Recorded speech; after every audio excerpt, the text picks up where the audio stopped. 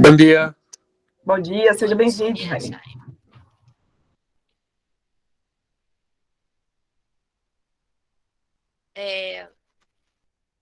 Buenos dias, Jaime.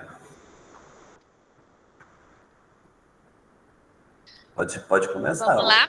Vamos. Sejam todos muito bem-vindos ao nosso bate-papo tecnológico, evento não presencial ao vivo, que será realizado neste ano de 2021, quinzenalmente, às sextas-feiras, com o objetivo de compartilharmos conhecimento e estreitar nosso relacionamento com o público e parceiros. A cada semana, temos a presença de um convidado, escolhido pela equipe de pesquisadores da Epamig Cândido Tostes, abordando temas relevantes para a cadeia de lácteos. Nosso bate-papo é um evento gratuito, sem interesse comercial e direcionado aos estudantes, professores, produtores, instituições de pesquisa e ensino, profissionais e empresas do setor.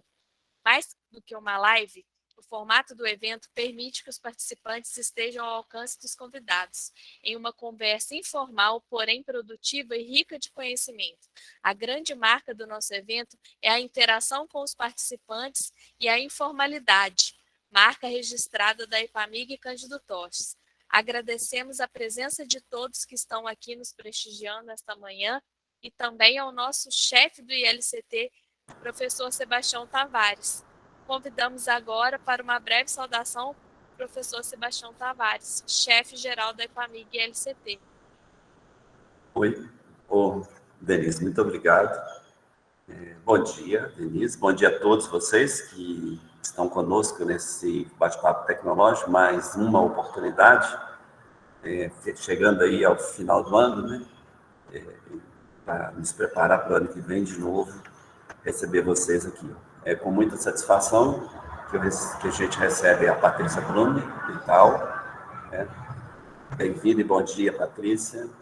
A moderação da Valdélia Cerqueira, ela é supervisora da Fábrica Escola, membro da nossa equipe do LCT, a coordenação da Denise Sobral, membro da equipe de pesquisadores do LCT também, que vai fazer a coordenação do evento. O evento de hoje, o título do nosso seminário é iogurte e sua versatilidade para adição de ingredientes funcionais e reformulações. Iogurte parece, agora uma palavra minha, né? Parece que ele é próprio para isso, né? Ele fica tão receptivo a isso, ganha em cremosidade, aparência, textura, é de fato muito interessante esse produto e as possibilidades. Então, quem vai falar disso não sou eu, vai ser a Patrícia, mas ele parece muito apropriado para isso, né? Um prazer tê-los vocês conosco, né, nesse reta final de 2021, mais um ano com muitos sobressaltos, né? A gente acha que está chegando ali, visualizando a linha de chegada, aquela fita doida para a gente ultrapassar, aí aparece sempre um sobressalto, né? Mas eu creio que nós já estamos bastante humanizados, bastante preparados para enfrentar essa agora um pouco mais preparado, mais capacitado. Então, agradeço a todos vocês, um agradecimento especial à equipe do LCT, vários que nos acompanham às sextas-feiras no bate-papo, e a vocês de todo o Brasil e do exterior, né? A saudação especial ao Jaime, nosso parceiro, nosso frequentador assíduo, e também agora parceiro nesse evento internacional que o Nelson e Renata participaram com ele. Então, acho que vamos, a partir daí, fazer muitas outras atividades, né, Jaime? Um prazer tê-lo aqui conosco. Então, eu devolvo para você, Denise, desejando uma boa coordenação do evento, a palavra para você dar sequência ao bate-papo tecnológico. Obrigado, gente. Obrigada pelas palavras, professor. Então, essa semana, nós recebemos a ilustre pesquisadora Patrícia Blumer Zakharchenko, do Instituto de Tecnologia de Alimentos, o ITAL, a qual já agradeço o aceite do convite, e ela vai falar sobre o tema iogurtes e sua versatilidade para adição de ingredientes funcionais e reformulações. Um tema relevante, pois abordará os benefícios à saúde dos produtos fermentados, além de sua melhoria, como a adição de fibras e compostos bioativos. A moderação do nosso bate-papo desta manhã será realizada pela professora e pesquisadora da Epamig LCT, Valdeane Dias Cerqueira, que é formada em Medicina Veterinária pela Universidade Federal da Bahia, com mestrado em Biotecnologia pela Universidade Estadual de Feira de Santana, especialização em Gestão Integrada da Qualidade e Certificações. Ela atua há mais de 20 anos na área industrial veterinária, com ênfase em boas práticas de fabricação em laticínios e produtos veterinários, implantação de sistemas de qualidade. Aí que eu fui permitir. E programas de autocontrole, gerenciamento de resíduos industriais, validação e assuntos regulatórios do Ministério da Agricultura, Pecuária e Abastecimento, MAPA, e atualmente é supervisora do Núcleo Industrial da Fábrica Escola e professora e pesquisadora da EFAMIG e LCT, como eu já havia dito. Val, agradeço ter aceitado o convite para ser moderadora deste bate-papo e passo a palavra para a apresentação da nossa convidada. Apenas peço, por gentileza, que mantenham seus microfones desativados durante a apresentação e tomem cuidado para não apertar o botão apresentar agora, para não interferir na apresentação dos convidados. Peço que deixem suas dúvidas no chat para que possamos acessar após a apresentação. Pode falar, Val. Bom dia a todos. Bom dia, professor Sebastião. Bom dia, Patrícia. Bom dia, Denise. Bom dia a todos os meus colegas que estão aqui presentes. Quero agradecer pelo convite, Denise, participando mais uma vez aqui do bate-papo, encerrando esse ano, que foi tão difícil, tão cansativo. A gente está na reta final. E a alegria de estar aqui apresentando a Patrícia, que eu tive o privilégio de conhecer virtualmente, e com certeza irei conhecê-la pessoalmente, né, Patrícia? Desse próximo ano de 2022, eu vou apresentá-la aqui.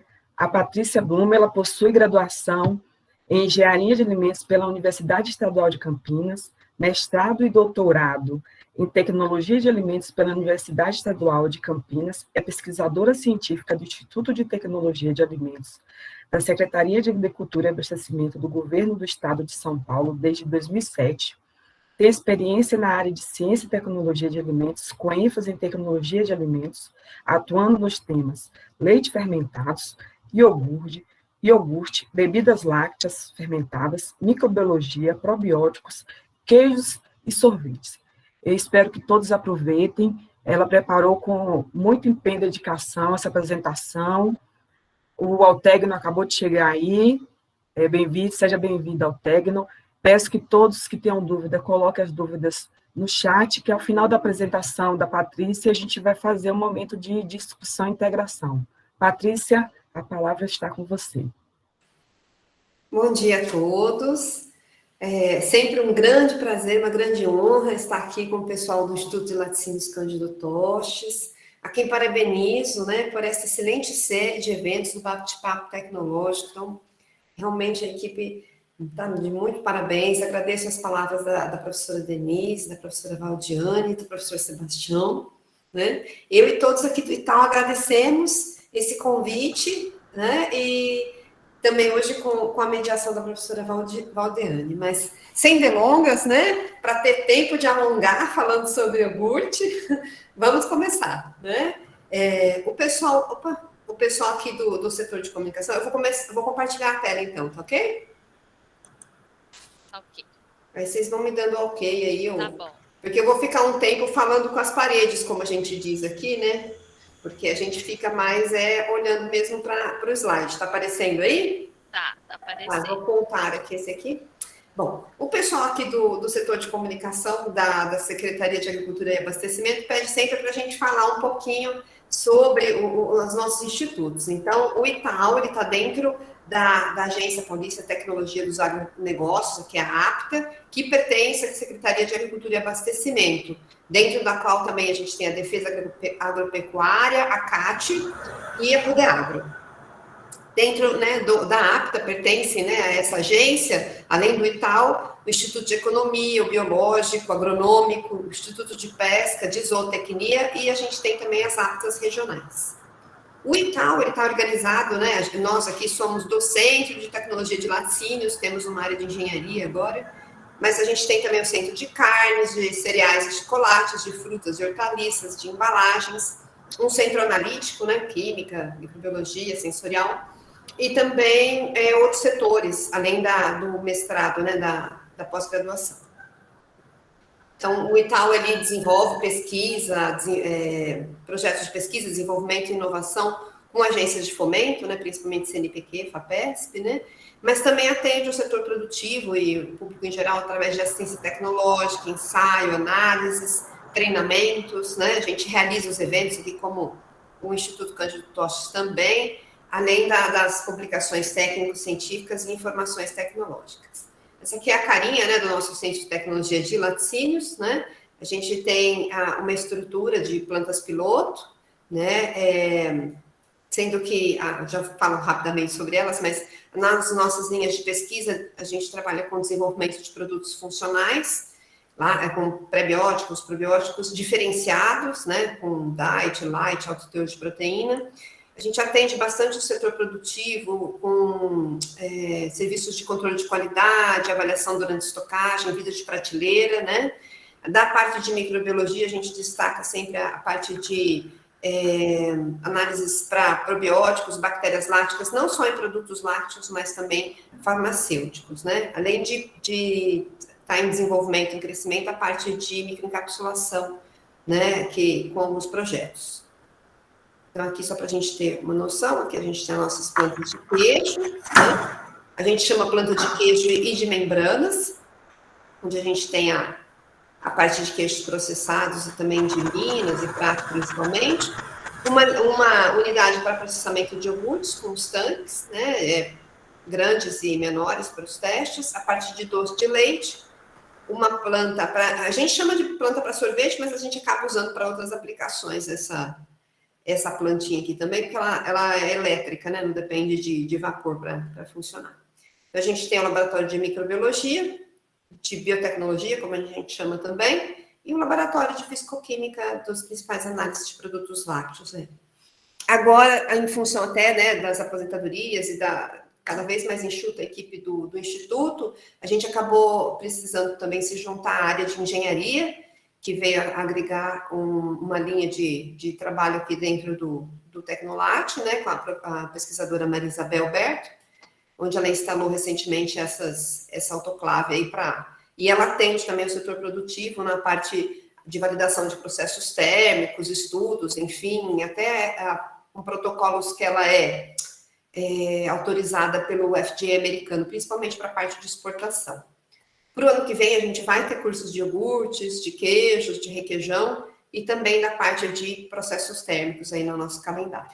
Mas vamos para o assunto que interessa, para a gente não perder muito tempo, né? Então, eu procurei organizar a apresentação de vocês, falando rapidamente de fundamentos da fabricação de iogurtes, leites fermentados, né? Lembrando aí, dando uma atualizada em alguns pontos da parte de benefícios, e depois a gente já parte aí, citando aí algumas novidades, mas sempre interessantes na parte de iogurtes, na parte de adição de fibras, de prebióticos, e também na parte de reformulação. E a gente tem um tempinho, ainda a gente comenta um pouquinho sobre os iogurtes concentrados, ok?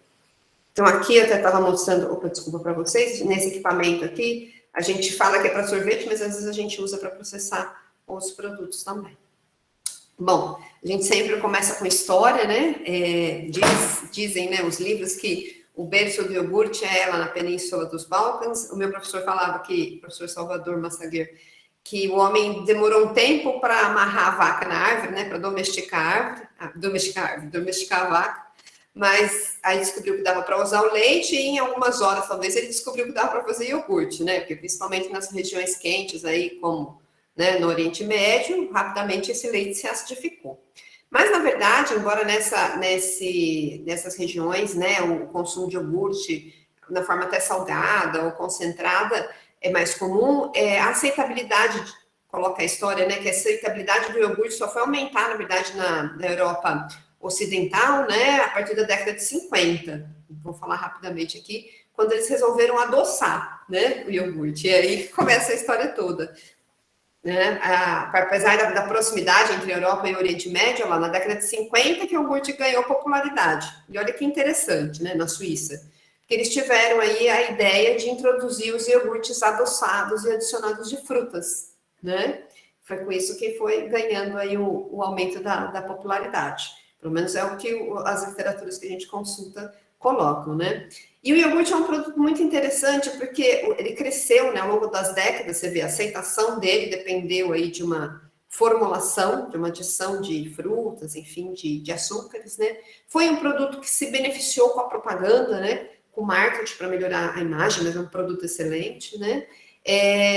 A produção de iogurte de baixo teor de gordura sempre ganhou a atenção dos consumidores preocupados com as dietas em décadas atrás e até na atualidade, né? Sempre tem destaque nessa história da popularização do iogurte a preferência pelo gosto doce, também o seu uso como sobremesa, a aceitação da propaganda do marketing dele pela população jovem, mas o iogurte tem uma questão muito interessante, que é como ele foi marcado, a história dele ao longo das décadas, pela pesquisa e desenvolvimento, para as inovações que aconteceram com ele.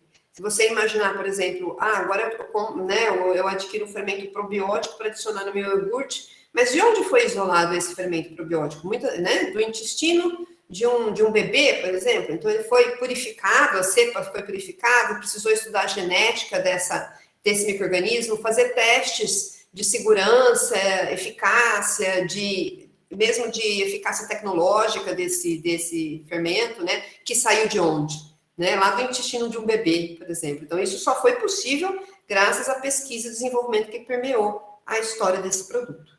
Então, falando um pouquinho de tecnologia, e quando a gente fala para a parede aqui, às vezes a gente se empolga, porque eu estou aqui olhando para a tela, não estou vendo o rostinho de ninguém, mas é assim mesmo, né, esse mundo online.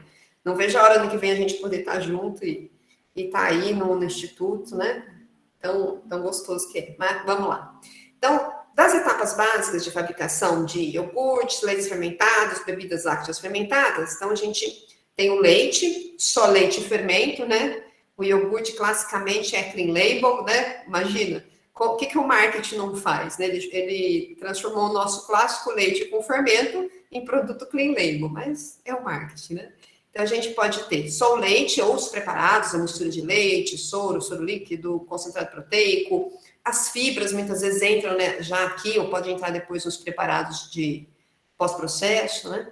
Então, a gente tem aqui a mistura, leite, açúcar, espessante ou só leite, os tratamentos térmicos diferentes, característicos de cada categoria, né? Seja de um iogurte, seja de um leite fermentado, por exemplo, por um lactobacillus casei, que precisa um tratamento térmico mais intenso, né?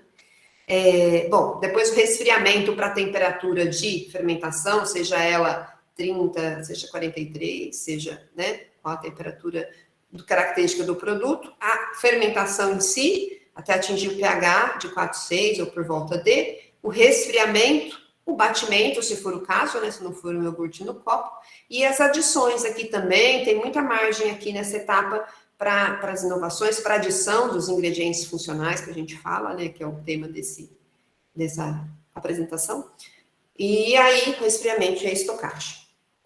Bom, só para a gente deixar claro, agora tem ganhado muita popularidade, então esse iogurte, né, iogurte e fermento, e a gente pode encontrá-lo na forma batida, que é o mais comum, né, ou aqui no Brasil a gente não tem essa classificação na nossa legislação, que é o set yogurt, né, iogurte coagulado no copo, que pode inclusive levar, né, mesmo ele sendo coagulado no copo, antes de ir para o túnel de fermentação, né, ele pode ser adicionado de mel, enfim, de geleia, na base do copo em geral.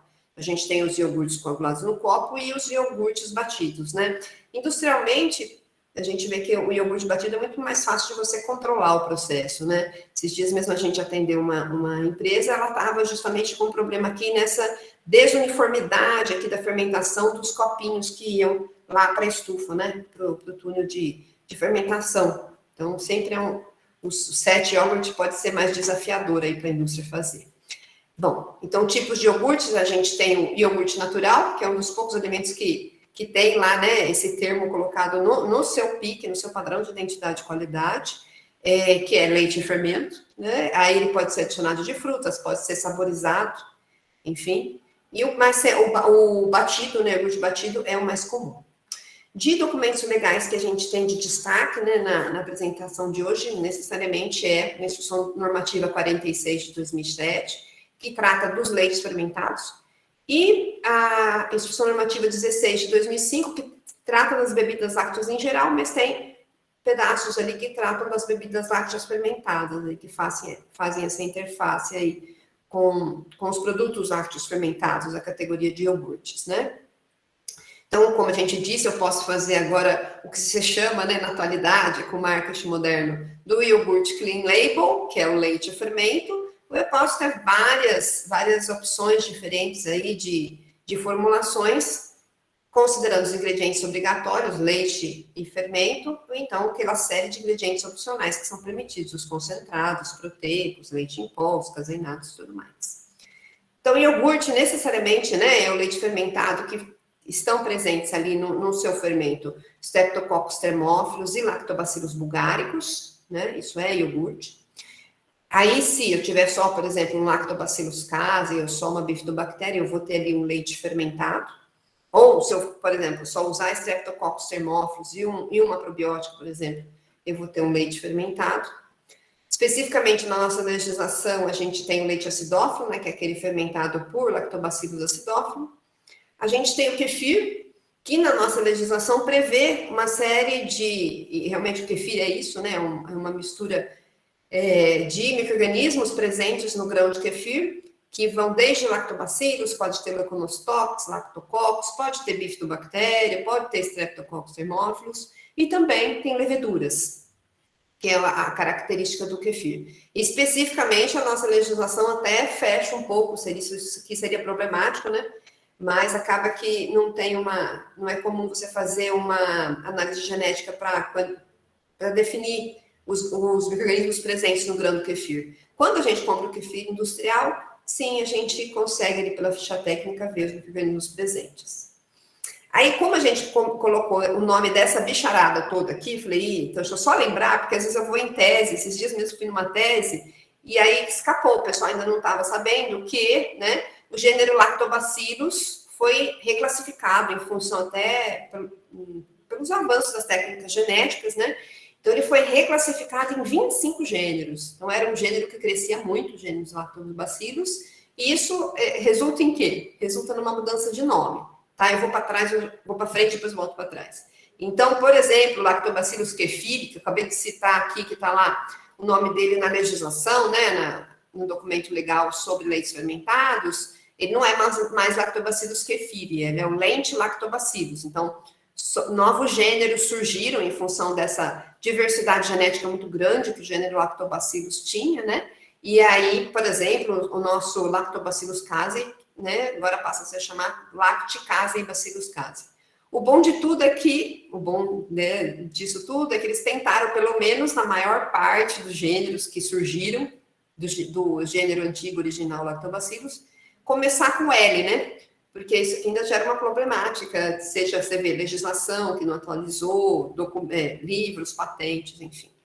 Tá? Aqui, esse site aqui de cima, do Subcomitê de Taxonomia, tem mais informações sobre essa reclassificação. E nesse site, nesse primeiro aqui da Universidade de Alberta, tem essa ferramenta para você poder fazer a consulta de como ficou o novo nome dele. Só que às vezes esse site tem um pouco de instabilidade. Eu até estava consultando esses dois aqui.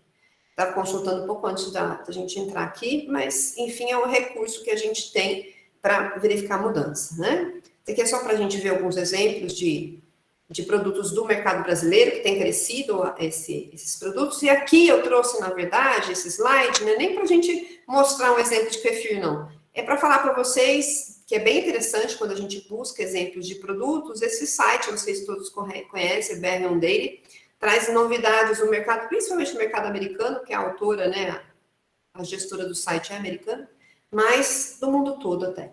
Bom, mas voltando então para a parte de legislação, e com isso a gente fala um pouco da gama de produtos, né, porque a gente fala, vamos tratar sobre leites fermentados, dentro dos quais está o iogurte, mas a gente tem o quilmes, por exemplo, que é uma categoria de leite fermentado, que leva aí o Lactobacillus bulgaricus e uma levedura, o Clavieromyces. E a coalhada, que esse aqui sempre a gente comenta e muita gente às vezes não sabe disso, mas a coalhada ela é leite em fermento, ela pode ser só leite em fermento, no entanto, caracteristicamente, esse fermento deve ser mesofílico, então a fermentação vai ser uma temperatura mais baixa e por mais tempo. Isso seria na definição aí, né, tecnológica correta e até legislação da coalhada. Bom, então como eu disse para vocês, com os iogurtes eu posso fazer simplesmente só leite e fermento, ou existe uma série de ingredientes opcionais permitidos que podem dar uma diversidade de texturas e sabores para os iogurtes. Isso sem a gente falar lá dos ingredientes funcionais, que também são permitidos, né? Então, a gente pode fazer, né, o iogurte leite fermento, também pode ser leite reconstituído, podemos usar os concentrados proteicos, você pode fracionar o leite e depois reformular nesse sentido aí, né, para poder fazer o seu iogurte, né.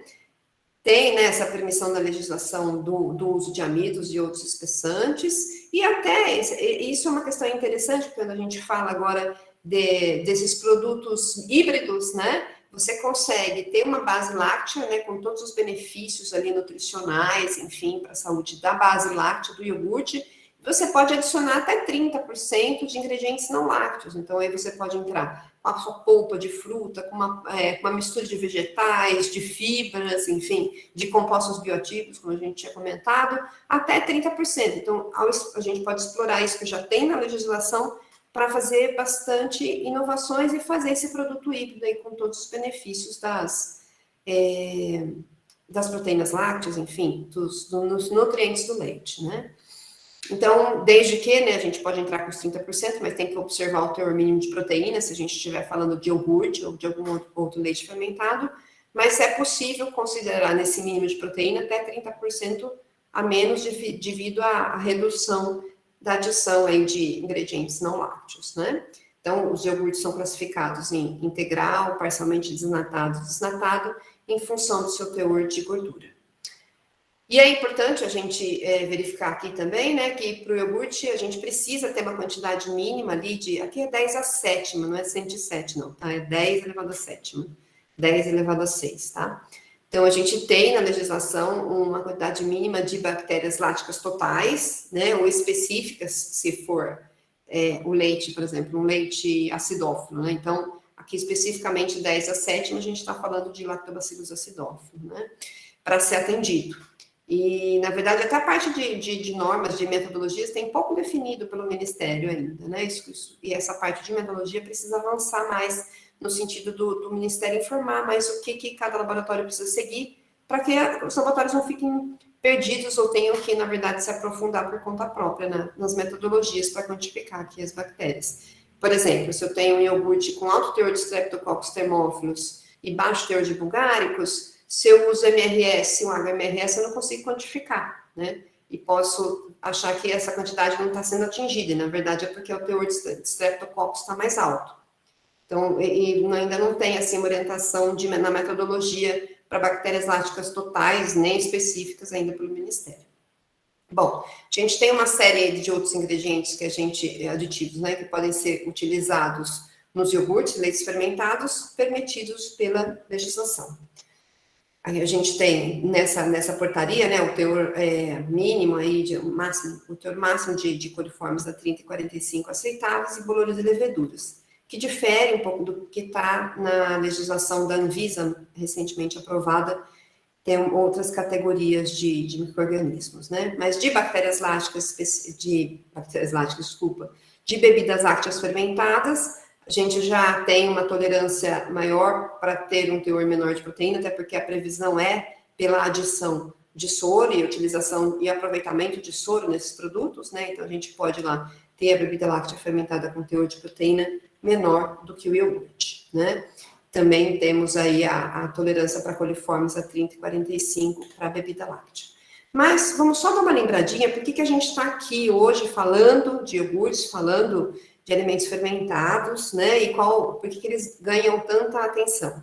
E já ganham há muito tempo, na verdade, eu trouxe referências recentes, porque a gente, né, que é da área de ciência, fala, nossa, tem tantos artigos de revisão, tantos artigos muito recentes sobre tal tema, mas esse tema é bem antigo, né, na verdade, os benefícios para a saúde dos alimentos fermentados, né? Começou-se a fermentar alimentos porque se verificava que com a acidificação, ali com o crescimento, né, das bactérias para a fermentação, aquilo aumentava a vida útil dos produtos, melhorava o sabor, né, ajudava a preservar, enfim. E eles fizeram parte como alimentos fermentados, não estou falando só de iogurte, mas de alimentos fermentados de modo geral.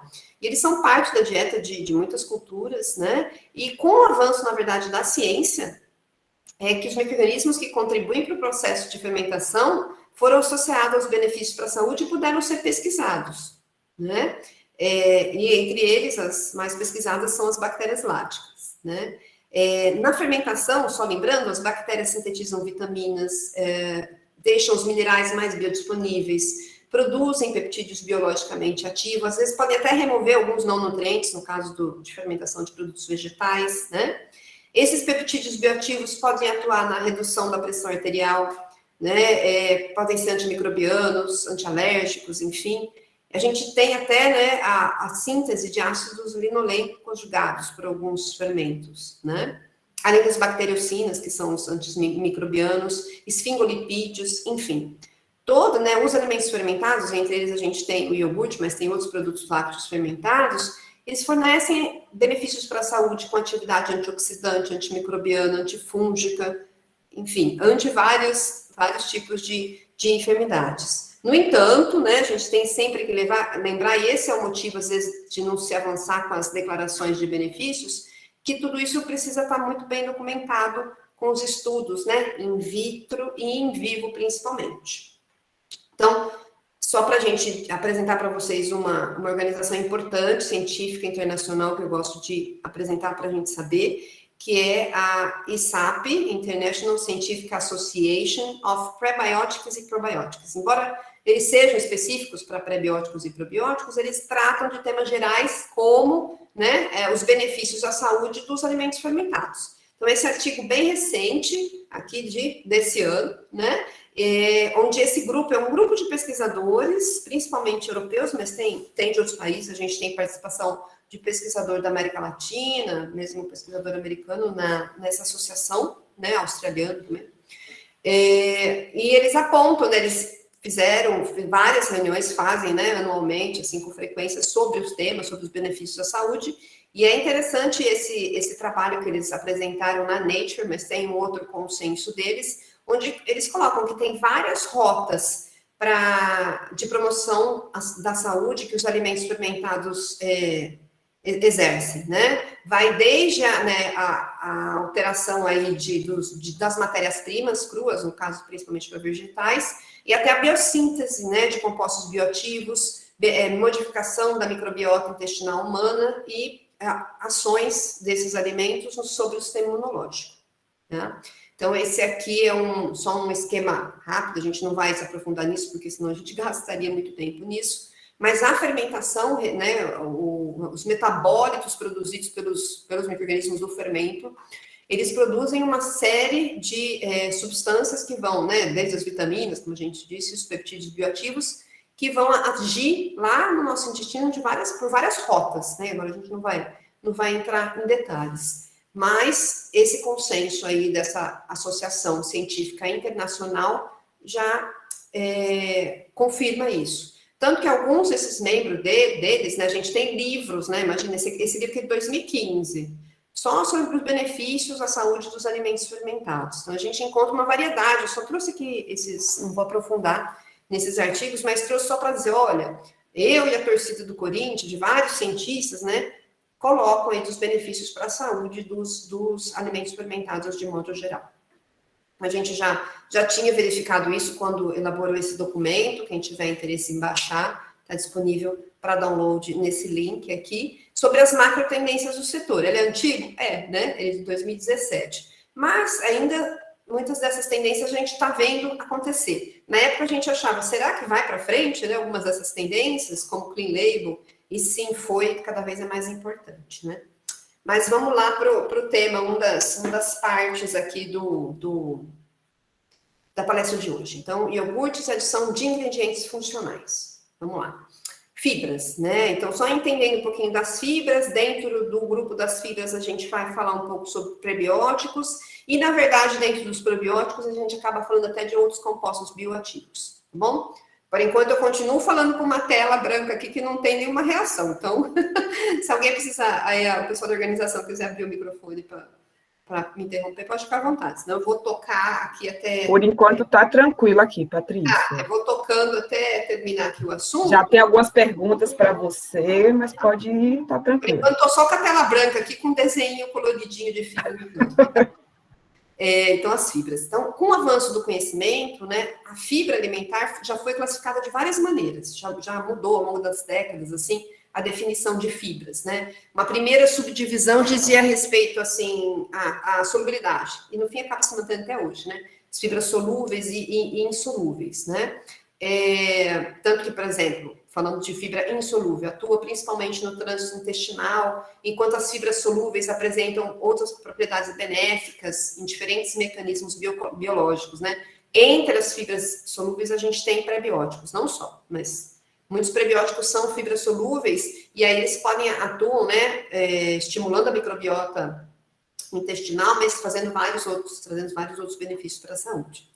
Então, com as fibras, né, a gente consegue lá o iogurte, porque a gente fala que o iogurte é versátil, então deixa eu só explicar o título, né, um dos títulos da palestra. Imagina que você está fazendo um queijo Minas delicioso, né, um frescal lá. Não tem muita possibilidade de você inovar no sentido de você agregar novas substâncias aí. Você tem o leite, você vai botar o fermento ou não, vai usar ácido lático, né, vai colocar o palho, vai fazer o seu corte, a mexedura, tá? E aí, você fala, vou adicionar fibra, uma vez a gente fez isso num projeto, que eu vou adicionar uma fibra solúvel ali na massa, mas aí você precisa mexer naquela massa, descaracteriza a textura, né? Enfim, então tem alguns produtos que são mais difíceis de você fazer essa adição de ingredientes, né? E você fala, mas por que algum maluco ia querer colocar fibra no iogurte? A pessoa que vai comer maçã, comer alface, não sei o quê. Mas, na verdade, faz bastante sentido. Quando você pega os dados, por exemplo, de ingestão de fibras, lá em alguma das pesquisas do IBGE, do Brasil, né, fica baixo. O teor de fibra ainda é baixo.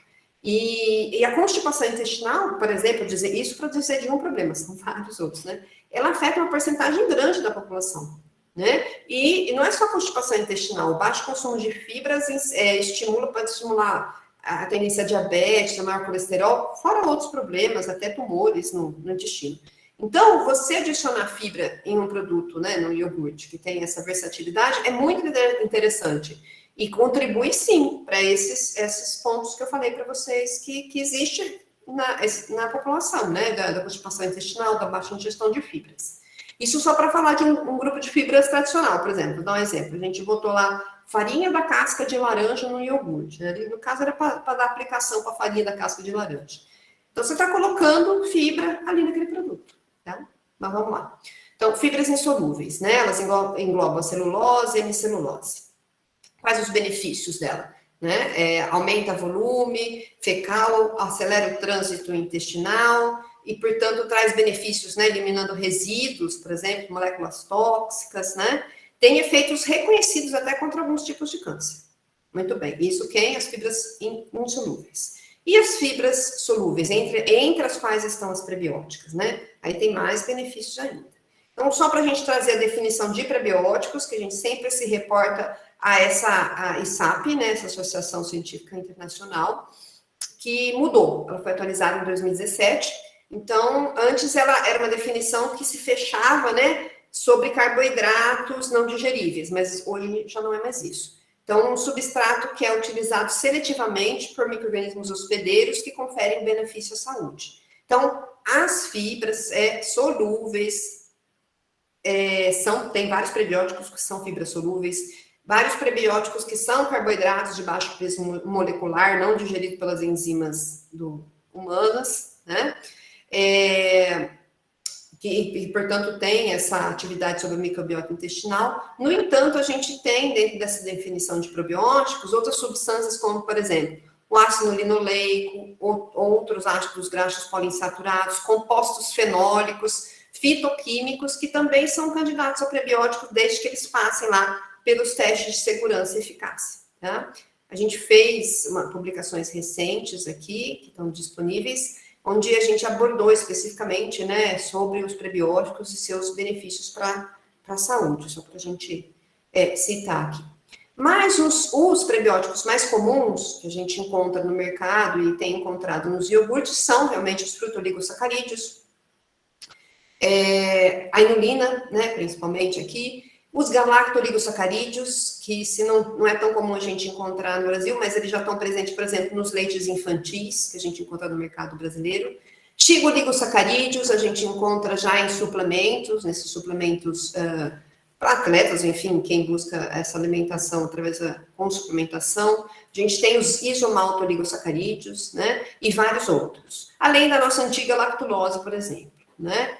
No entanto, depois eu vou, só para não atropelar os assuntos, vou abordar um pouquinho a parte de legislação, né? Então, esses são os mais comuns que a gente encontra diversificando aí por aí, né? Dentro dos polióis, né, a gente tem a lactulose, xilitol, manitol, lactitol, os oligosacarídeos, alguns que eu já citei, né, no slide anterior, e fibras, por exemplo, as pectinas e beta-glucanas, que estão entre os prebióticos com maior destaque no mercado internacional.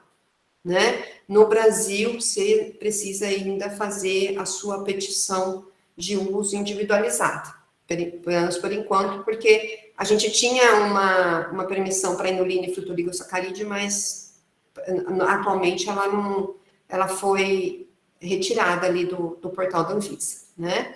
Então, isso aqui só para a gente citar, como a gente encontra bastante os prebióticos aí no mercado internacional.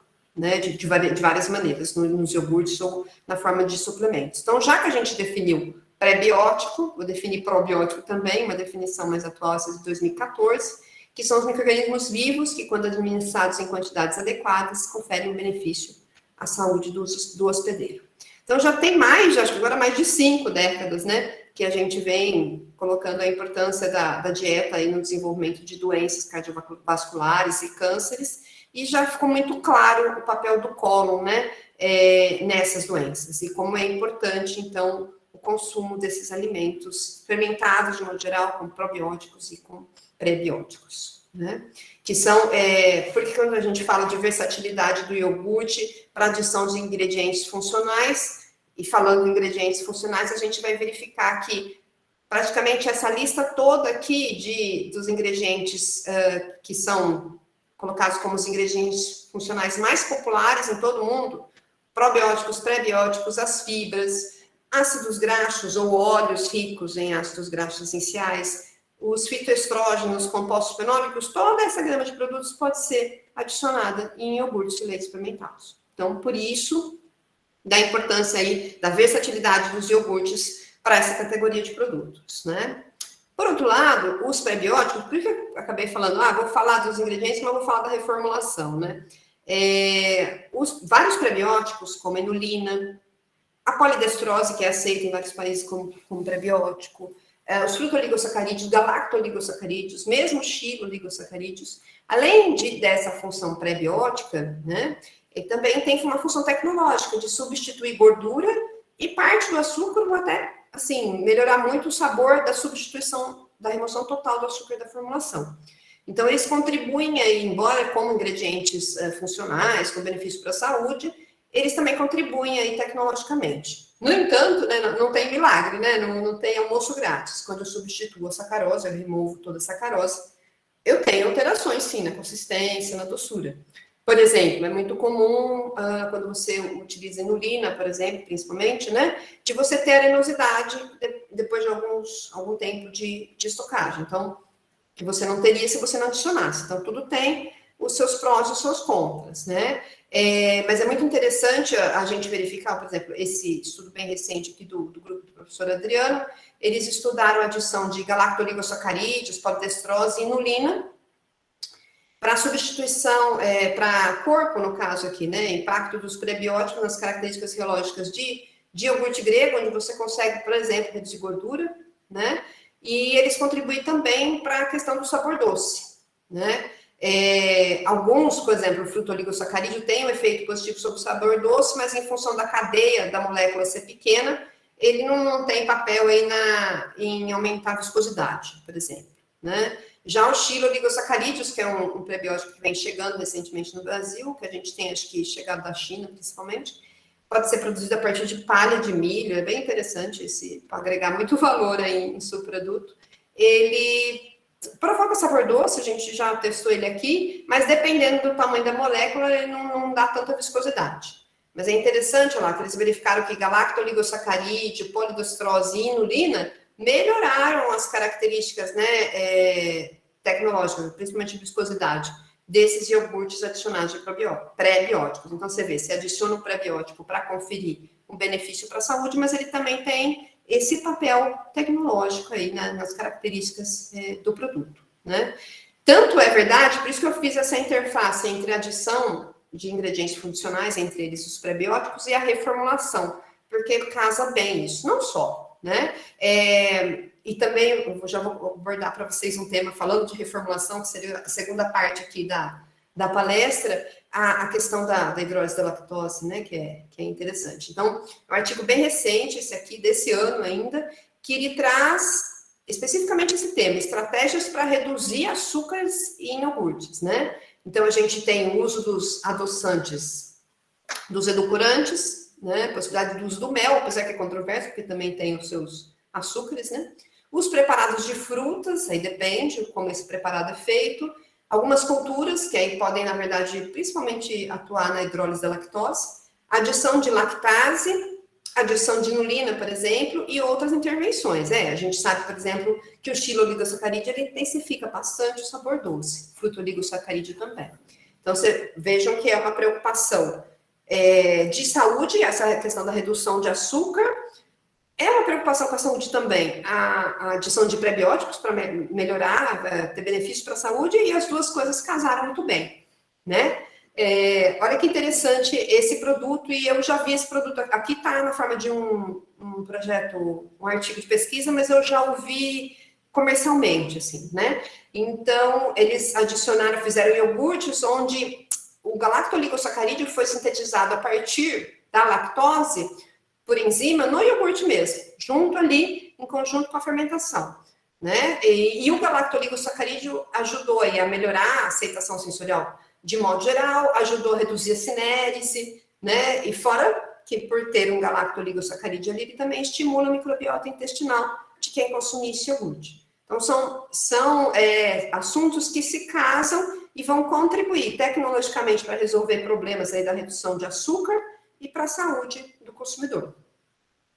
E como a gente não podia deixar de colocar um pezinho lá, mas com cuidado, porque a gente ainda é meio, como é que fala, resistente a isso, a gente tem também os iogurtes, aqui eu falo que é interessante, né? Os iogurtes mistos, híbridos, vamos chamar assim, de produtos híbridos. Eu fui numa qualificação esses dias, e eles iam estudar lá um produto híbrido, e esse aqui é um exemplo, né? Ele estudou o impacto aí de uma farinha de um feijão, né? Como prebiótico e como espessante de um iogurte, né? No caso aí os teores foram baixos, 1 a 2%, mas a gente pode lembrar que a nossa legislação permite até 30%, por exemplo, de adição de um preparado de fruta, enfim, contendo essas farinhas vegetais, né? E o casamento deles pode dar muito certo, né? Porque aí você usa uma farinha de um feijão aqui, como espessante, por exemplo, para um produto, né? Para um iogurte, especificamente. Então,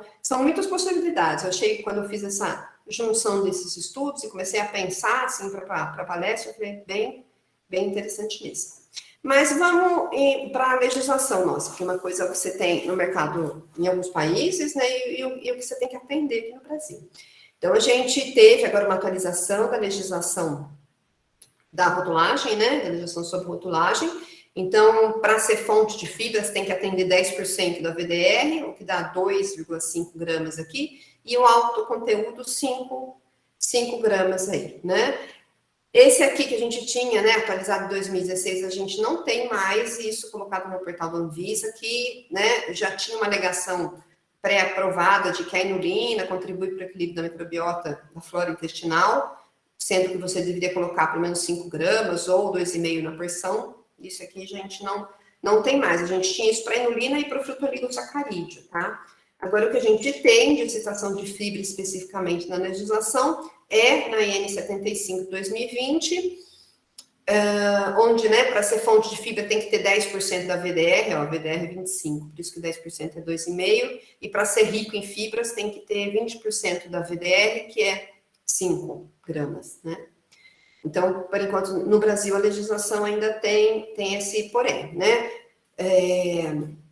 E aí, só para a gente explicar o casamento, né? Se a gente for casar o iogurte com prebiótico, contendo um probiótico, a gente tem o simbiótico, que é essa mistura, né? Do micro-organismo vivo e de um substrato utilizado seletivamente por micro-organismos do hospedeiro.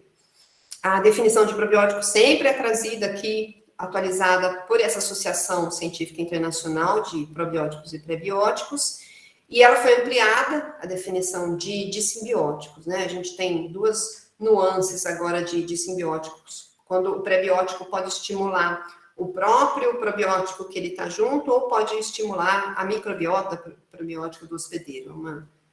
São duas definições, o simbiótico sinérgico, um simbiótico onde o substrato é projetado para ser utilizado seletivamente pelo micro-organismo administrado. Então, são duas definições aí que existem, né?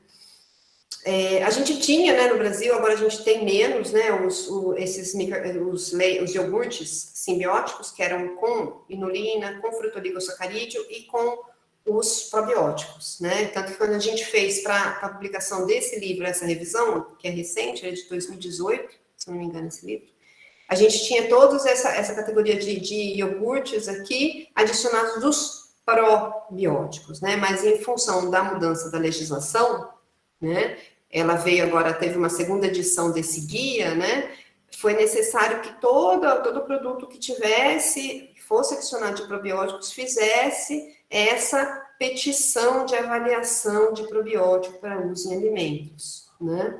O que, de certa forma, causou aí um trabalho a mais para a indústria. Então, imagina, isso aqui eu trago para vocês, não é para vocês ficarem lendo a bula, não. É só para dizer que as instruções processuais para fazer a petição são bem detalhadas. Isso significa que a instrução processual nessa petição é um recurso que precisa demonstrar a segurança, a eficácia do probiótico, com a junção de uma série de documentos, desde a parte de taxonomia da cepa, até a parte de estudos in vivo e in vitro, né? Tanto surge tantas dúvidas que a gente tem, as perguntas aí para a Anvisa, que ela responde, e eu só trouxe isso aqui para destacar para vocês, que eu fico pensando que pode ser que tenha uma luz no fim do túnel, quando eu li isso aqui embaixo. Antes da gente ter esse guia de instrução processual todo detalhado, a gente tinha uma lista positiva de probióticos, como tinha para prebióticos, né? Sendo que só estava a inulina e o frutoligosacarídeo naquela lista de alegações, já uma lista positiva.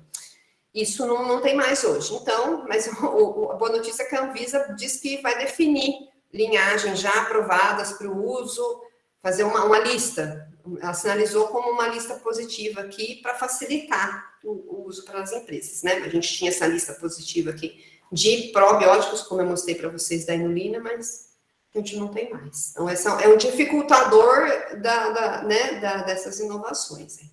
Mas falando de reformulação, então, já que eu falei um pouco dos prebióticos ali, vamos falar um pouquinho aqui de reformulação. Bom, de acordo, né, com a Organização Mundial da Saúde, eu até entrei lá no site deles e tem esse documento, esse guideline de 2015, né, que o consumo de açúcar adicionado não deve ultrapassar de 10%, e o Ministério da Saúde já fez acordo com as indústrias para isso, né, para reduzir açúcar de várias categorias de alimentos, para as questões de saúde mesmo, de aumento da obesidade, entre adultos e crianças, né?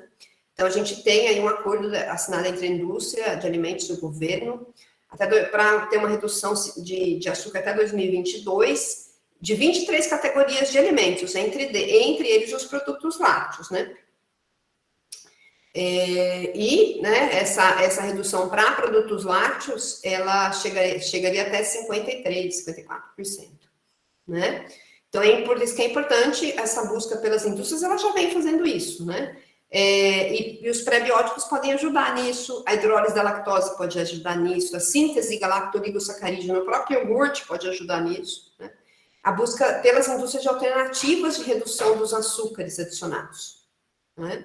Isso é um desafio. Você fala, só a gente está falando disso? Não. Então, como eu mostrei para vocês esse artigo desse ano, lá atrás, estou só repetindo ele aqui, tem bastante gente preocupada aí com quais são as estratégias para redução de açúcar nos iogurtes. Lembrem vocês que lá na década de 50, os iogurtes ficaram populares, né, no Ocidente, assim, ganharam popularidade, vendas e mercado, pela adição de açúcar, de geleias, enfim, né, mas esse parece que está sendo um problema agora, então a gente está tendo que repensar aí as estratégias para reduzir açúcar. Então, não só esse autor, mas vários outros autores internacionais, quando você busca na literatura científica internacional, vão discutir quais são as estratégias para reduzir açúcar em alimento. Então, seja via adição dos edulcorantes, por exemplo, né? No entanto, os edulcorantes, às vezes as quantidades são muito pequenas, aí você perde corpo no produto, então você tem que buscar uma combinação de edulcorantes, por exemplo, como o uso dos prebióticos também contribui para isso, e a própria hidrólise da lactose. Falando nisso, né? Vamos falar, então, rapidamente dos iogurtes com baixo teor de lactose, que eles vieram, na verdade, para atender aquela tendência, né, das pessoas que tinham mesmo intolerância à lactose, para atender as pessoas que achavam que tinham intolerância à lactose, que é um problema sério, né, a pessoa não faz o diagnóstico correto, se ela tem ou não intolerância e sai consumindo esses produtos, às vezes pode ser até prejudicial para a síntese da lactase, se ainda houvesse lactase ali no organismo dela, mas enfim. E os iogurtes com baixo teor de lactose surgiram, e eles surgiram para atender essa tendência, né, das pessoas que tinham intolerância à lactose e queriam continuar consumindo produtos lácteos. Mas a hidrólise da lactose serviu para outra questão muito interessante agora, que é a hidrólise da lactose aumenta o sabor doce percebido, né, e você consegue reduzir a quantidade de açúcares adicionados, ou até fazer uma combinação, por exemplo, com um edulcorante. Então, esse é muito interessante. E aí, só lembrando, né, que a hidrólise da lactose, ela gera a galactose e a glicose, que são mais doces que a lactose, e também a gente pode, por via enzimática, ter a síntese de galactoligosacarídeos, que se mostram, sim, mais doces do que a lactose, contribuindo para a percepção de sabor doce no produto e até para a viscosidade.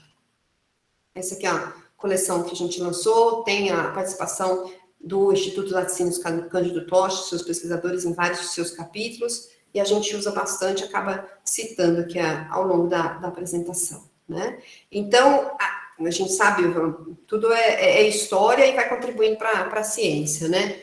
Deixa eu só ver como é que eu estou aqui de tempo. Então, quando você pega iogurte, simplesmente leite iogurte, né, o tradicional plain label, né? O fermento já dá conta de reduzir cerca de 30% da lactose ali. E dependendo do tipo de fermento, pode reduzir até mais. É por isso que dos recursos para reduzir açúcar, eles falam que é a adição de alguns fermentos, por isso, né? Então, alguns têm mais ou menos atividade de lactase, né? E aqui, né, a gente vai acabar nem entrando nesse assunto, mas é aquela história toda. A gente tem nas diferentes culturas dos diferentes povos aí, de diferentes lugares do globo, uma tendência, uma incidência maior ou menor da intolerância à lactose na idade adulta.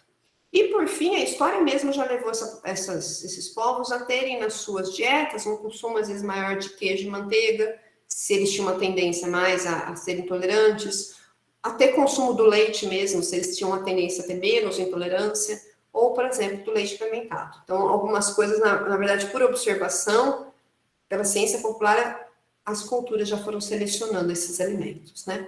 Bom, a lactase é tão importante que hoje em dia é uma das enzimas mais usadas no processamento de alimentos, né? As galactosidases são classificadas dentro da família das glicosídeos e hidrolases. Então, o que é interessante é que a hidrólise da lactose aumenta o doçor do produto, sendo uma oportunidade, então, para reduzir o teor de açúcares adicionados, né? O leite adicionado à lactose pode chegar a ficar 3 vezes mais doce.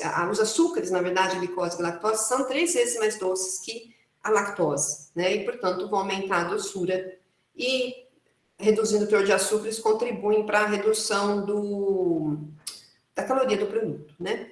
No entanto, por exemplo, se você... a gente precisa ter as adaptações, né? Quando a gente usa um leite previamente hidrolisado, por exemplo, para fermentar, a gente pode ter problemas no aumento do tempo de fermentação, porque muitos streptococcus termófilos, né, não são capazes de fermentar a galactose. Então, muitas vezes, o uso combinado da lactase durante a fermentação é mais indicado do que o uso do leite previamente hidrolisado, né? O que foi interessante, esse aqui é um destaque até da palestra da Cristina, né, Mosquin, é que a lactose aí, que é açúcar natural do leite, não entra como açúcar adicionado. Então, esse aqui é um aspecto bem interessante aí de que a gente teve nessa legislação de rotulagem que foi aprovada, né? Então, falando da legislação de rotulagem, é a Instrução Normativa 75 de 2020 e também a RDC 429 de 2020. A gente ainda tem sobre lactose essas duas legislações que parcialmente estão em vigor e parcialmente foram revogadas pela RDC 429 e a 75, né? Mas o fato é que, né, a gente tem aqui na RDC 75 de 2020 que o máximo que o alimento pode ter para dizer que não contém lactose, ou que é zero lactose, é 0,1 gramas por 100 gramas de produto. E precisa declarar a quantidade de galactose na rotulagem nutricional. Então, essa faixa intermediária, ela sumiu, né? Ou o alimento contém lactose, tem que declarar, ou se for abaixo de 0,1 grama por 100 gramas, ele é zero lactose ou não contém, tá? Dentro ainda desse assunto de iogurtes com baixo teor de lactose, enfim, hidrólise da lactose, é interessante a gente destacar, né, essa parte da possibilidade de se produzir galactooligosacarídeo através da polimerização enzimática aí da lactose, tá? Ainda falando de reformulação, a gente pode botar um foco ali em lipídios, né? Apesar que, né, o Marco da Gama fala, né, para todo lugar, tem tantos trabalhos dizendo dos vários benefícios da gordura do leite, dos seus ácidos graxos, compostos bioativos para a saúde. Então, não há um questionamento sobre isso. No entanto, você consegue, por exemplo, enriquecer com ômega 3 ou outros ácidos graxos essenciais um leite desnatado, fazendo uma homogeneização com óleos vegetais. Isso é um aspecto interessante aí e ainda não tão explorado, embora já existam pesquisas de várias décadas atrás do uso aí da fabricação de iogurtes e outros alimentos e outras bebidas lácteas com adição de óleos vegetais, né? Tem até valores aí recomendados de processo, assim, pressão de processo, temperatura de processo, quais os óleos melhores para ser adicionados, o sabor. Em geral, isso aqui começou, na verdade, na década de 60 ainda, para redução de custo. E ainda é assim, porque a manteiga, né, a gordura láctea é muito cara. No entanto, hoje, com a mudança, né, da percepção do consumidor sobre alimentos de saúde, a adição de óleos vegetais com compostos bioativos, com óleos essenciais, né, pode se mostrar interessante e atender aqui esse outro segmento de produtos para inovação. Tá? Então, eu não vou me delongar aqui nos produtos para detalhar, mas a gente tem exemplos de iogurtes fabricados. E aí não seriam iogurtes, no Brasil seria uma bebida láctea fermentada, enfim, porque leva adição, né, do óleo vegetal. Com óleo vegetal de milho, amendoim, canola, girassol, né? Inclusive com bons desempenhos sensoriais, até porque a fermentação traz um sabor muito agradável para o produto, né? Mesmo adicionado do óleo vegetal. A gente fez um trabalho onde a gente adicionou aqui ao leite desnatado óleo de cártamo, né? O óleo de cártamo, muitas vezes, ele é recomendado para os cardiologistas até no tratamento, né, preventivo aí de alguns tipos de doenças, enfim, cardiovasculares. Então, e só que o óleo de cártamo tem um desafio, tem um sabor, assim, característico pronunciado. Mas a gente fez esse estudo, depois aromatizando ali com o suco natural, para poder contornar o problema do aroma, a gente conseguiu chegar num produto com uma aceitação sensorial mínima, né? Utilizando fermentação, na época, com Lactobacillus casei, porque era Lactobacillus casei ainda na época. Então, é uma possibilidade aí a mais de incorporação de compostos, né, de ingredientes funcionais ao iogurte. A gente pelejou um pouquinho no começo para poder acertar a pressão de homogeneização, para poder incorporar esse óleo aí no leite desnatado, mas tivemos aí sucesso depois de vários experimentos, tá bom? Então, e só para a gente não dizer que não disse das flores, e até, como é que fala? Esclarecer, pelo menos aqui para esse público, e a gente poder disseminar essa informação, vou falar rapidamente sobre os iogurtes concentrados em proteína, quando a gente diz, até essa é a definição teórica, quando a gente busca, né, a definição de iogurte concentrado.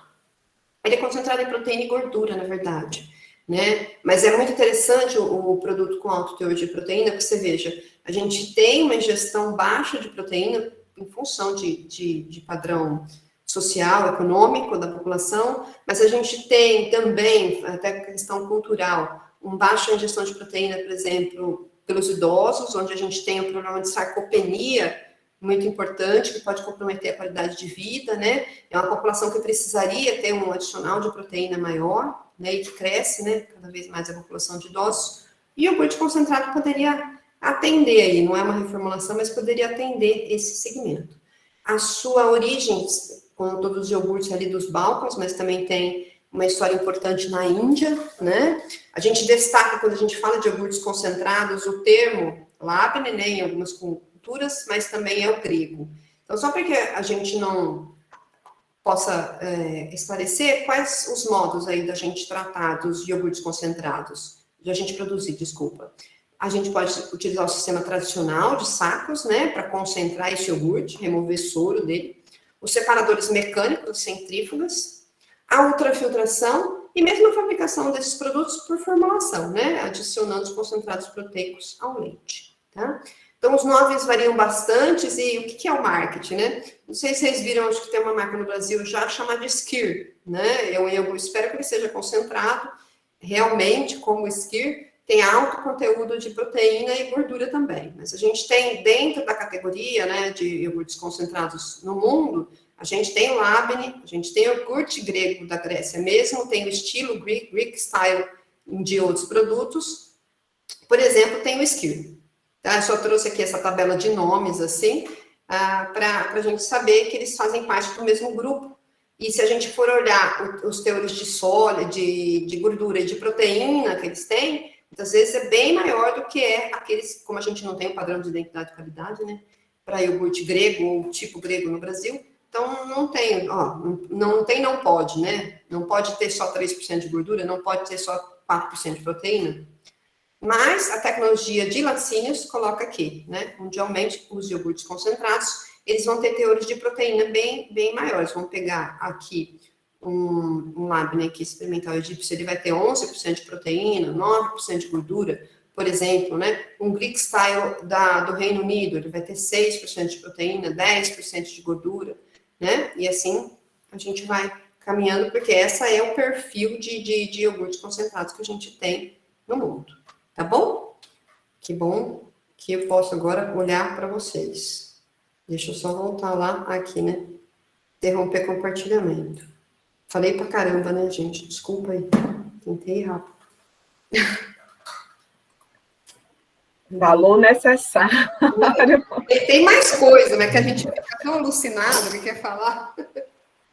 Mas tem bastante pergunta aqui. Acho que você ainda vai falar bastante, Patrícia. Bom, deixa eu ver aqui. Você quer tomar uma água? Pode tocar. Vou começar aqui pela primeira pergunta. Deixa eu ver quem foi aqui. O primeiro foi o Gabriel Freitas. Bom dia. Qual a temperatura que você indica para o resfriamento antes da quebra da coalhada? Olha, Gabriel, quando você vai olhar na recomendação de literatura, as quebras é 20 graus para baixo, de modo geral, né? É a recomendação. É que assim, acaba que você está me perguntando disso também, porque é por causa de sora depois, né? De cinérese. Às vezes, aumentando o teor de sólidos ajuda, mesmo que você vai fazer a quebra numa temperatura maior, porque às vezes precisa. Tá? Vou seguir aqui para a próxima. Tá. É da Lídia Oliveira. Existe diferença entre a produção dos alimentos fermentados quando o uso de mistura dos ingredientes logo no início, antes do aquecimento, e a adição ao final da produção, junto com o preparado fruta? Qual a relevância? Ó, Lídia, eu vou falar para você o que eu acho que eu entendi, e se não for, depois você fala. Talvez você está comparando o iogurte coagulado no copo com o iogurte batido, né? Não sei se é essa a pergunta. O que eu tenho visto são cifurés, eu até aproveito e comento um caso aqui que a gente atendeu. Então, o iogurte coagulado no copo, que é esse que você põe o leite com fermento no copo, ou põe a sua geleia e depois seu leite com fermento no copo, e ele vai para uma estufa, ele vai para um tanque para um túnel de fermentação, o tempo que leva para esse iogurte acidificar, muitas vezes é um tempo que você pode ter crescimento microbiano ali do preparado de fruta que você adicionou da geleia.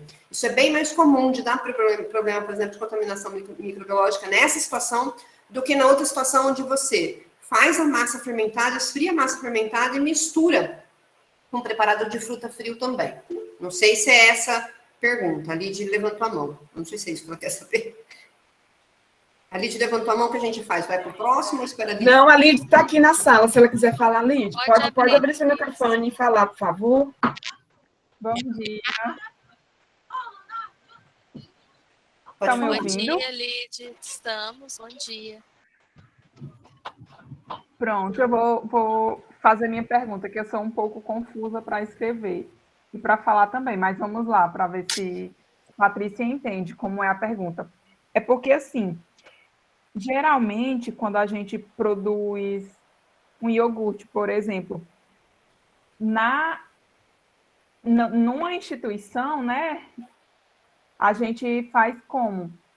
Coloca o leite para fermentar e só depois a gente vai adicionando os demais ingredientes, por exemplo, o açúcar, o preparado de fruta, essas coisas.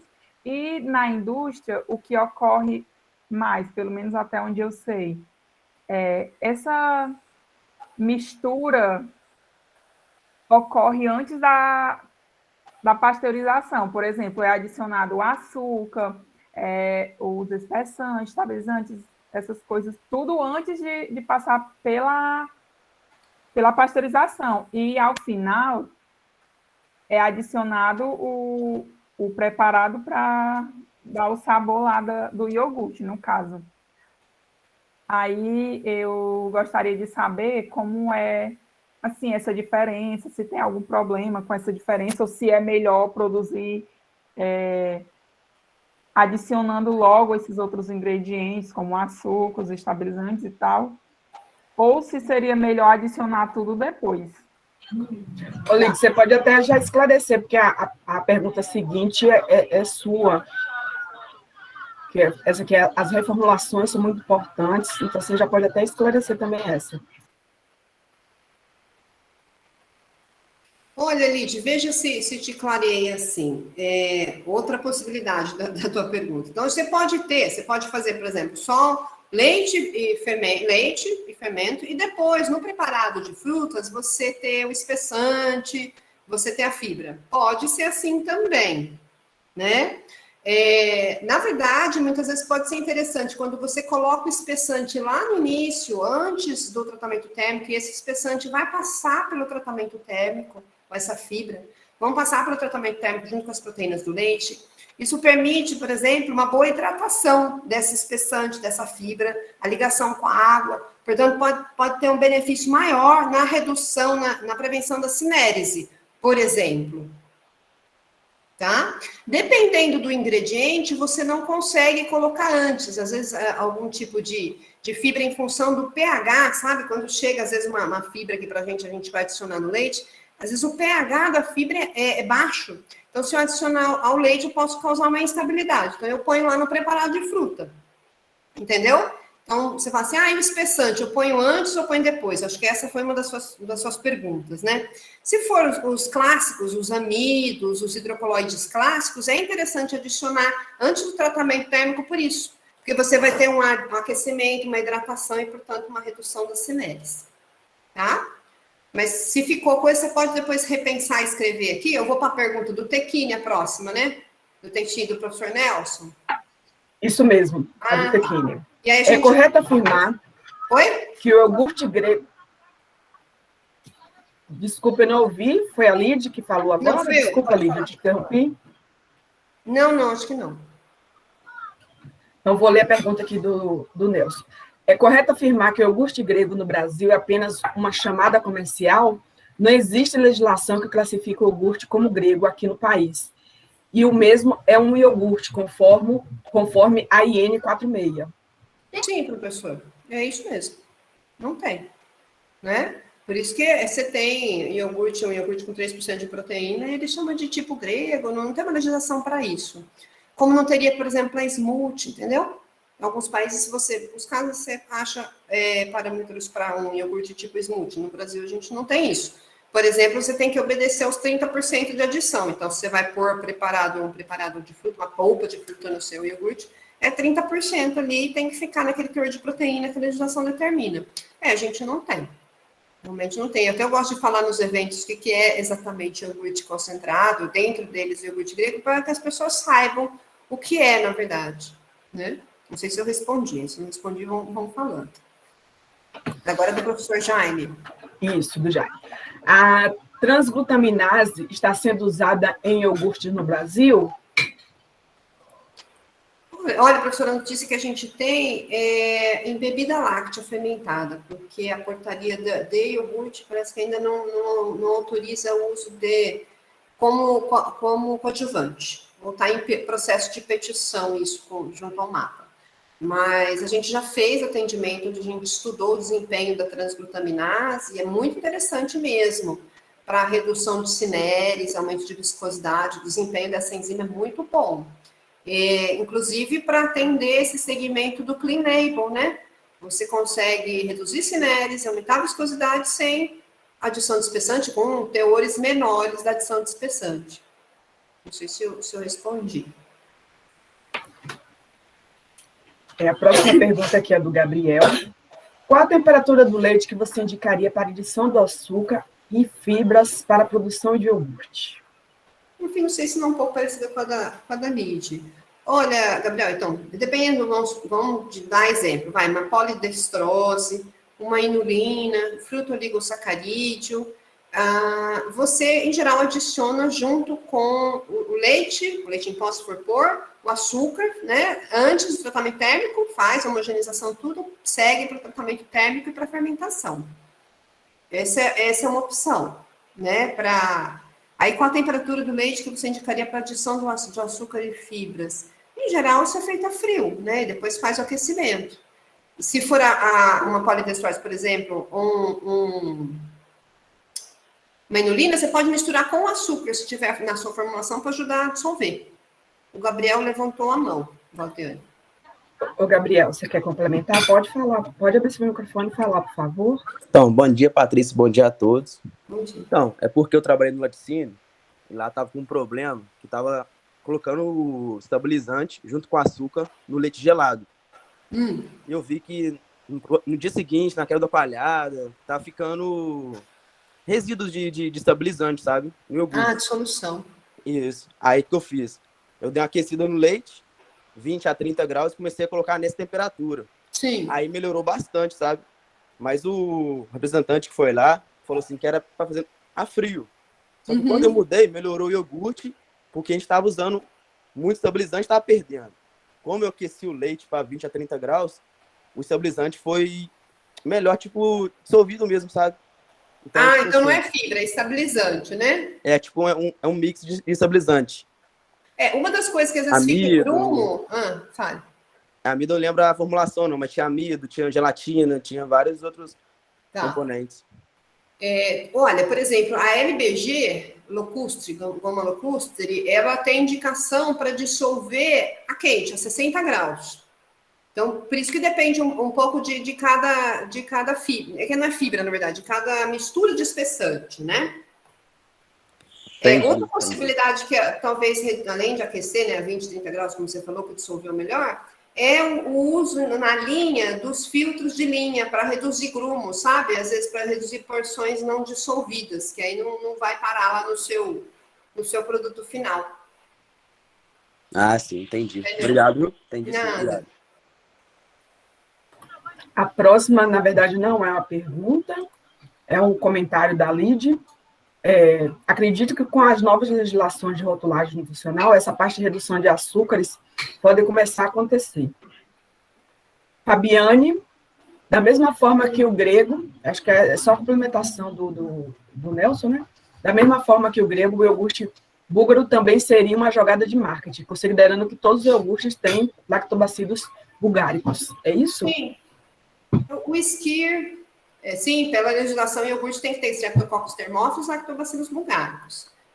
E muita jogada de marketing, né? Do mesmo jeito que o professor lá perguntou do iogurte grego, se tem legislação, não tem. Como o Skyr não tem, não sei se vocês já viram, eu não trouxe aqui a foto, mas tem um Skyr, algum fabricante aí nacional, que se utilizou desse termo. Então, não tem uma legislação que o impeça de fazer isso, né? Então, ele acaba seguindo fazendo. Né? Eu acho que aqui agora finalizaram todas as perguntas. Eu queria fazer uma pergunta. A Fabiane, ela está falando... me referir ao búlgaro. É mais uma classificação. A gente não tem, né, uma classificação no Brasil dizendo, olha, iogurte búlgaro tem que ter tais e tais características. A gente não tem, né, no Brasil.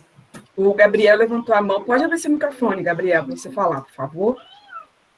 Acho que ele já falou. Não, já falei, desculpa, eu que deixei a mão levantada. Você levantou novamente. Denise, pergunta? Eu queria perguntar para a Patrícia em relação aos iogurtes com redução de açúcar. Porque quando é destinado ao público adulto, né, é colocado edulcorante, mas quando é para criança, aí já eu não sei como fica a questão do iogurte com redução de açúcar para criança. Eu pergunto isso porque eu não tenho visto produtos destinados para criança com redução de açúcar. Você acha que é possível sem o uso de edulcorantes? Olha, ter uma boa redução? O que eu já vi no mercado internacional, não só para iogurtes, mas até para os achocolatados, é o uso do galactoligossacarídeo, que seria muito interessante, né? Porque ele tem sabor doce, ele é feito a partir da lactose, além de vários galactoligossacarídeos serem usados até para mimetizar o leite humano. Então, presente até em algumas formulações infantis.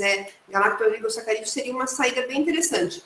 Mas, por exemplo, eu tenho visto o uso de polidestrose, ele supre bastante o corpo e até um pouco da doçura que você perde da não adição do açúcar, né? Já que, por exemplo, eu acho particularmente que você dá o produto lactose hidrolisado para a criança não é interessante, né? Porque ela tem um organismo preparado para digerir, né, a lactose. Outra possibilidade seria via adição dos preparados de fruta, e com os açúcares naturalmente presentes nas frutas. É uma outra possibilidade. Mas realmente não tem esse apelo, né? Está dando uma boa ideia de marketing aí para o pessoal fazer. Até para as crianças e para as mães, né? A Fabiane escreveu aqui que tem leite fermentado direcionado... E que é com edulcorante, verdade. Eu falo porque lá em casa, minha filha, né, a gente luta com a balança, né? E ela adora iogurte, e aí eu dou assim mesmo, com açúcar. Mas se tivesse ou redução de açúcar, Na verdade, a dificuldade toda é que se você não tem estudos suficientes para a segurança e eficácia do edulcorante no público infantil. Mas essa é uma das restrições, né? E quando a gente assim, participa de teses, eu já participei de tese que testou lá os edulcorantes, mas não só edulcorantes, testou até óleo de canela, tá? Contra alguns micro-organismos probióticos e tem um efeito deletério. Então, isso poderia ter um efeito na microbiota, que sempre tem. Tudo que a gente come vai ter um efeito na microbiota. Realmente, tem sim. Iogurtes ali com desenho para criança e que tiraram açúcar e colocaram edulcorante. É que a gente não conseguiu aprofundar aqui. Mas nesses artigos que eu citei nos slides, os mais novos deste ano, 2021, eles entram nesse assunto, né? Porque a primeira estratégia para redução de açúcar é o uso do edulcorante, é a primeira. Tira o açúcar com edulcorante. Perdeu o corpo, aí você começa a põe poliol, põe polidestrose, tenta recuperar o corpo de algum outro jeito. Mas a primeira solução ainda é essa. Por outro lado, a gente tem, por exemplo, não deu tempo de citar na palestra, porque não dava tempo da gente falar de tudo, mas você tem as proteínas doces, vocês já ouviram falar? A gente tem um edulcorante que é a talmatina, né? Mas tem outros possíveis. A talmatina ela pode ser sintetizada por vias enzimáticas ou ela pode ser extraída de uma planta, acho que uma planta da África. E ela é uma proteína, e ela tem sabor doce. Que ótimo. Entendeu? Então, mas provavelmente não vai ter um efeito deletério. Deixa eu só ver aqui que eu acho que a Fabiana escreveu outra coisa. Não, a Lídia. Então, tem as possibilidades dos edulcorantes naturais, as proteínas doces. A gente vai fazer um projeto agora com a FAPESP, onde uma das plataformas lá é o estudo das proteínas doces. Ótimo. Para mim, uma novidade. Talmatina, mas já tem no mercado. Se você procurar talmatina, você já acha. Vou anotar aqui. Talmatina. A Lídia perguntou assim, não sou eu que leio, desculpa, Claudiane, pirei aqui. Não, mas pode ler também, fica à vontade, Patrícia. É que quando a gente faz evento aqui, eu tenho que ler, tenho que falar, então... Pode ler, não, pode ir no embalo, pode já ir no embalo, Patrícia, fica à vontade. Hoje tá chique que tem quem lê, eu leio, faço. Carrego o latão, ligo o tanque. Pode ler essa para você ficar à vontade. Ela é das nossas, então, Paulo. A gente também aqui, até se bobear, até a caldeira a gente liga. Aqui não pode, senão ligar. Aqui também não. Se precisar, a gente está aí. Em relação à adição de polióis, precisamos colocar na rotulagem a frase mais ou menos assim: esse produto pode ter efeito laxativo. É verdade. Você acha que seria ruim para o público essa fase? Será que a FOP seria melhor que o poliol? O que é FOP? Escreve para nós o que é FOP, Lídia. Poliol, sim, tem esse problema. Por isso que quando você vai fazer formulações onde você vai entrar com o poliol no lugar do açúcar, em geral para dar corpo, né? Porque eles até nem são tão doces. Você tem que fazer misturas. Né? Por exemplo, em doce de leite. Você até entra às vezes com poliol, mas você mistura também com polidextrose, né? Para você não ter um efeito laxativo tão grande. E, na verdade, talvez precise, o que a gente vai ter com o tempo, a gente precisa começar lá com as crianças, né? Reduzindo o açúcar que elas ingerem, para quando elas chegarem na nossa idade, elas não quase pirarem quando vão comer alguma coisa sem açúcar. O que a gente faz? Compra um negócio, a gente faz doce de banana sem açúcar e come com leite condensado, porque a gente foi criado, né, com uma grande quantidade de açúcar na nossa dieta. A gente dificilmente consegue, né? Você compra lá uma batatinha chips, a desgraçada tá sem sal, você taca sal, né? Porque a gente foi criado com aquela quantidade. Então, nós, né, não sei se nós ainda temos jeito nessa vida, mas os mais novos, eles têm que vir consumindo menos açúcar. Talvez para ficar como os europeus, sabe? Quando a gente vai lá e prova um produto deles, fala assim, vixe, que negócio sem açúcar, né? Mas para eles tá bom, porque, na verdade, eles cresceram daquele modo. Também com açúcar lá era atravessar o oceano para chegar lá, né? Aqui não. Aqui tinha açúcar de balde barato, aí a gente colocou muito, né? Apesar que o americano também, né? Tinha o açúcar ali do milho, enfim. Não sei se eu respondi da Lid, mas sim, você tem que colocar no efeito laxativo, tem que fazer uma combinação, né? Eu nem agradeci, obrigada pela resposta também. Fabiane falando aqui que adora suas palestras, parabéns. Ai, que bom. Você precisa conhecer a Fabiane, que eu não conheço, coitada. Abre aí a câmera. Fabiane, cadê você? Coloca sua cara na tela. Se não tiver de pijama ainda. Com o cabelo todo bagunçado. Porque tem uns bate-papo que eu participo em casa. A gente só se arruma quando sabe que vai abrir a câmera, né? Os outros não. Ah lá, acertei, viu? Eu sei como que é, já passei por isso. Ela acertou. Agora que eu tô no presencial aqui, que a gente ainda tá mais arrumadinho. Gente, alguém tem mais alguma pergunta? Alguém quer fazer algum comentário a respeito? O professor Sebastião se manifestou, ele quer fazer alguma pergunta. Professor, pode abrir esse microfone, por favor? Quero sim, Valdene, obrigado. Patrícia, você mencionou a possibilidade de adicionar galactooligosacarídeos. Você saberia, assim, nominar se é galactooligosacarídeo do tipo alfa, né, galactose ligada em tipo alfa ou beta, por causa da ausência de alfa-galactosidase no trato digestivo? Por causa de uma eventual rejeição, você fala? De dificuldade de gestão, né, de hidrólise e absorção, né?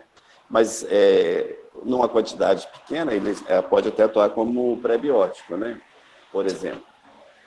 Qual tipo assim, de galactooligosacarídeo? Você tem alguma memória a respeito? Não sei classificar qual é a versão, a alfa, beta, enfim, do galactosacarídeo. O que eu achei bem interessante, até tem o Peterson aqui, não sei se o Peterson estava aí, mas eu vi ele bem no começo, não deu tempo de eu falar oi, que acho que é da Saoro, né? Porque eu acho que vai aumentar bastante a utilização, porque, bom, no Brasil a gente já vem há algumas décadas, né, tendo o aproveitamento do soro para a fabricação dos concentrados proteicos, né, com a geração de grande quantidade de permeado do soro, né, que tem basicamente lactose. Então, você pode usar o permeado para adoçar, só que você vai adoçar com lactose. E é interessante, a gente atendeu uma fábrica, uma empresa holandesa de concentrados proteicos, olha só o que eles fizeram. Eles têm o concentrado proteico, né, de leite, né, para utilização em queijo quark formulado, petit suisse, iogurte, o que seja, e eles têm o xarope de galactooligosacarídeo. Eles fizeram o quê? A partir do quê? Desse permeado, que justamente sobra da ultrafiltração. Muito interessante. Eu achei a aplicação. Então, mas o que a gente não tem ainda, seja de qual tipo for o galactooligosacarídeo, a gente não tem a menção disso em nenhuma ainda padrão de legislação ou lista positiva. Porque acho que demandaria para a indústria que for utilizar fazer o peticionamento na Anvisa, que sempre é burocrático, né? Sim, isso é sempre um problema. Mas não sei, vamos supor, dependendo do tipo da enzima que você usa para a síntese do galactooligosacarídeo no iogurte, que tipo que vai sintetizar? Acho que é provavelmente a função do tipo da enzima que você usa, né?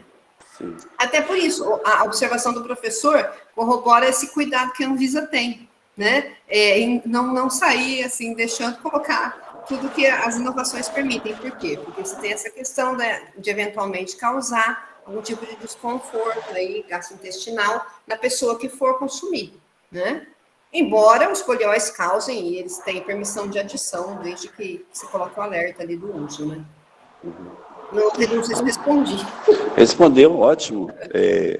Na verdade, se for isso, certamente não tem problema, né? Porque os de permeado vai ser galactose, vai ser beta-galactosidase, né? Que é totalmente compatível, né? Sim. No caso de alfa-galactosídeos, né? Galacto-oligosacarídeos, normalmente de origem vegetal, né? Leguminosa, por exemplo, soja, lentilha e tal. Mas não é tão problema, assim, dependendo, né? Isso é muito particular também para o indivíduo, porque esse extrato solúvel de soja, né, o antigamente chamado de leite de soja, eles têm muito galactooligosacarídeos.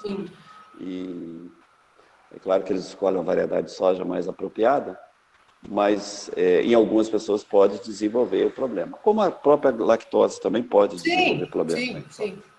Eu fiquei Por isso que é curioso interessante desse iogurte quando sintetiza o galactooligosacarídeo no próprio iogurte, né?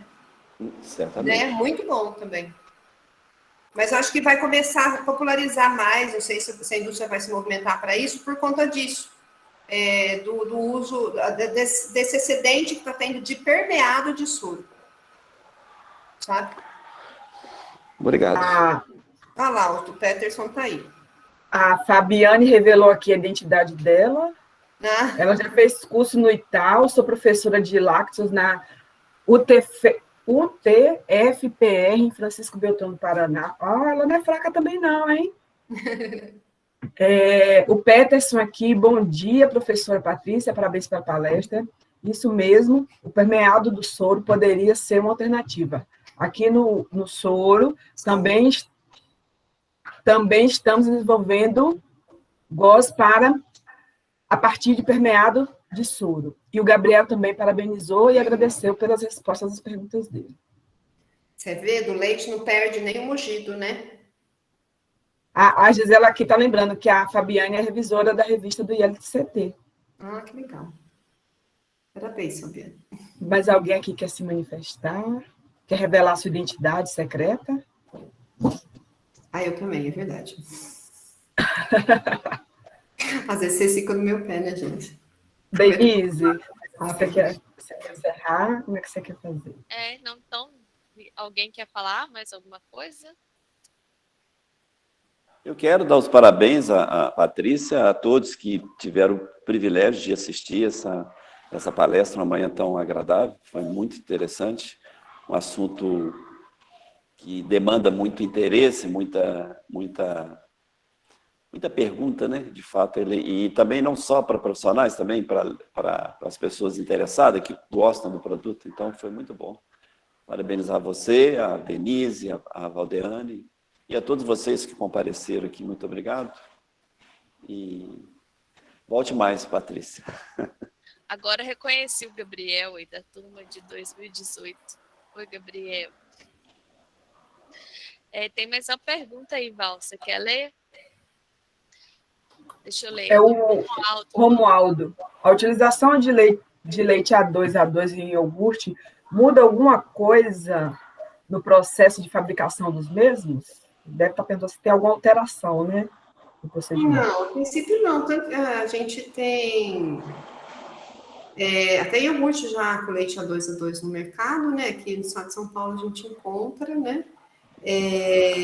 Embora você tenha essa diferença na caseína, não, porque você também tem queijos a partir do leite A2, né?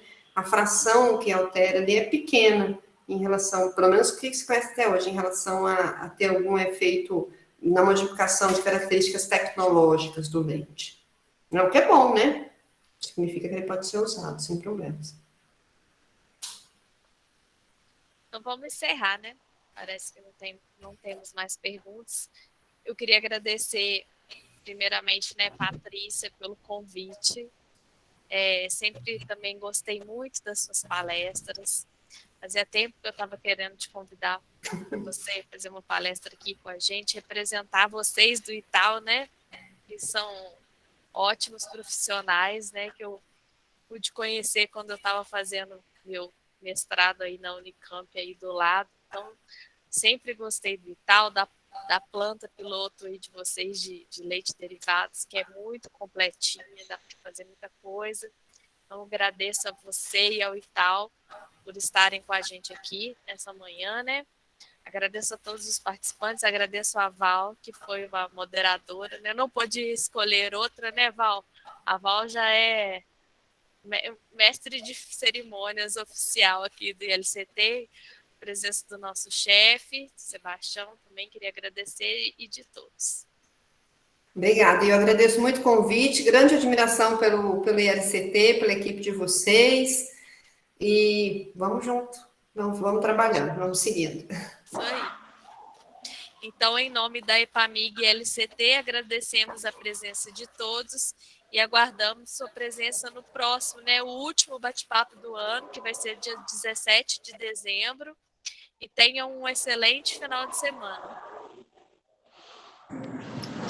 Obrigado, Denise. Obrigado, Valdeane. Patrícia, parabéns. Parabéns. Agradecer a todos.